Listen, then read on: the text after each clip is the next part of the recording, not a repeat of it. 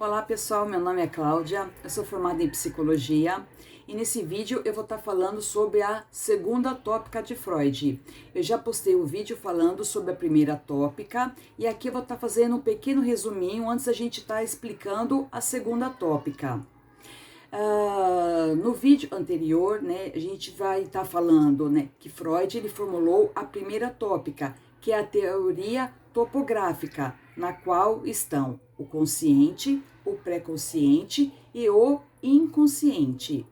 Após a primeira tópica, ele vai formular a segunda tópica, que é a chamada teoria estrutural, né, em que são apresentados o id, o ego e o superego.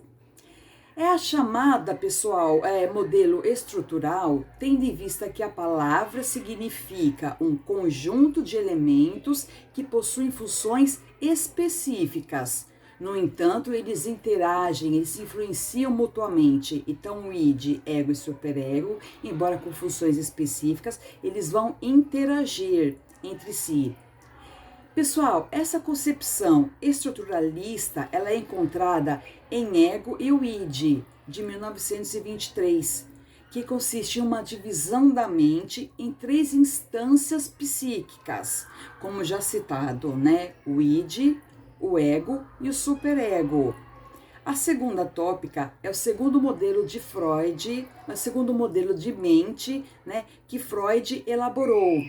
Agora nós vamos entrar na questão da segunda tópica, falando sobre o id.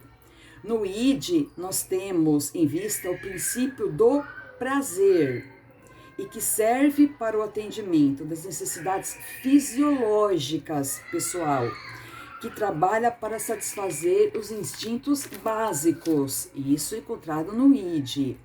O id, ele se manifesta no início da vida, né? O bebê, ele é inicialmente só id. No id, o comportamento ele é determinado por impulsos, por instintos. No id, para Freud, existe uma impessoalidade. Por quê? Freud ele vai dizer que não existe uma pessoa formada ali, não existe ego, não existe superego, né? Ele é formado só com o id, por isso há uma impessoalidade. O id, ela é aquela dimensão mais primitiva da mente, né? Repetindo, pessoal, para a gente não esquecer, o bebê, ele é, a princípio, somente o id. Não tem em vista essa representação da realidade que a gente vai estar falando logo após. Pessoal, acontece que a gente pode adoecer psiquicamente se não se der bem com essa parte do id. Então, nós podemos adoecer se a gente não se der bem com essa parte do id. Pessoal, do ponto de vista funcional, o id ele é regido pelo princípio do prazer, que vai procurar resposta direta e imediata a um estímulo instintivo e que não vai levar em conta as circunstâncias da realidade, essas circunstâncias da realidade que impõem limites. O id, ele vai ter a função de descarregar as tensões biológicas, que são regidas pelo princípio do prazer. Então, agora a gente vai estar falando sobre o ego. O ego, ele vai ser formado a partir da interação com os nossos pais ou cuidadores e com essa representação da realidade que impõe limites. Então, o ego ele vai se formar dessa forma. Assim, por exemplo, pessoal, a criança ela vai percebendo que a realidade impõe limites, não é tudo da forma como ela quer, como era no id, regida pelo princípio do prazer. A realidade ela vai impor limites. E que essa realidade, ela não cede aos seus impulsos. E é a partir daí que começa a se formar o ego, com a realidade que vai estar impondo limites, né? Ela não vai ceder aos nossos impulsos. No ego, pessoal, essa parte da realidade que é percebida como a que não satisfaz os nossos desejos, os nossos anseios, as nossas vontades, né? A gente vai estar percebendo aí o ego, onde não são satisfeitas todas as nossas vontades, né? E ele vai tentar frear os impulsos do id. O ego, ele tenta frear os impulsos do id.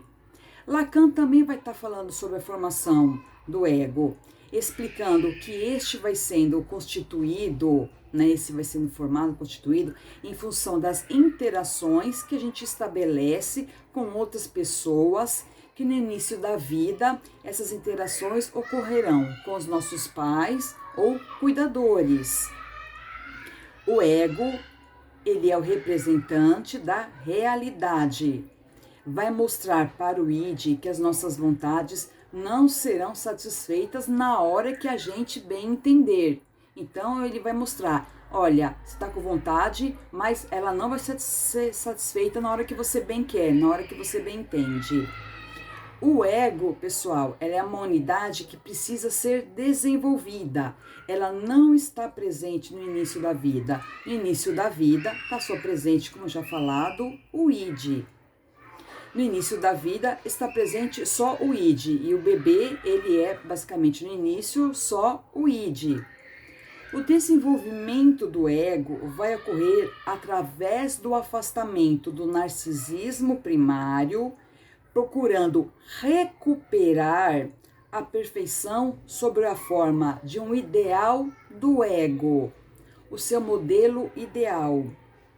Assim, pessoal, nós temos que o ego será o resultado, né? Será desenvolvido, é o resultado das interações com as pessoas, as quais investimos os nossos impulsos, e com as representações da realidade, que vai estar impondo as suas limitações.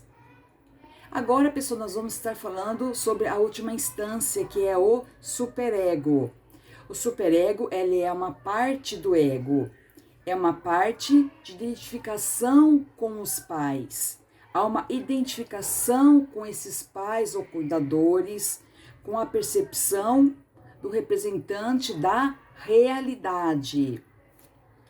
Freud explicou, né, Freud vai estar explicando que o superego não vai se organizar de acordo com o modelo dos pais ou cuidadores, mas sim que ele vai estar se organizando de acordo com o modelo do superego desses pais ou cuidadores. O superego, pessoal, ele é a última instância do aparelho psíquico. Agora, repetindo, essa identificação, ela vai ser maior com os pais ou cuidadores do que com primos, irmãos, né, do que com outras pessoas no início. Pois essas pessoas, né, os pais, os cuidadores, são aqueles que nos educam, são aqueles que vão dizer o que a gente pode ou o que a gente não pode fazer. E quando a criança, ela faz o que não deveria, segundo a concepção desses pais, essa criança, ela vai ser punida. Ela vai ser punida, porque esses pais, eles estão internalizados, eles vão exercer uma função de autoridade. Então, a criança não fez o que deveria ser feito, ela vai ser punida, porque esses pais estão internalizados sob a função de autoridade.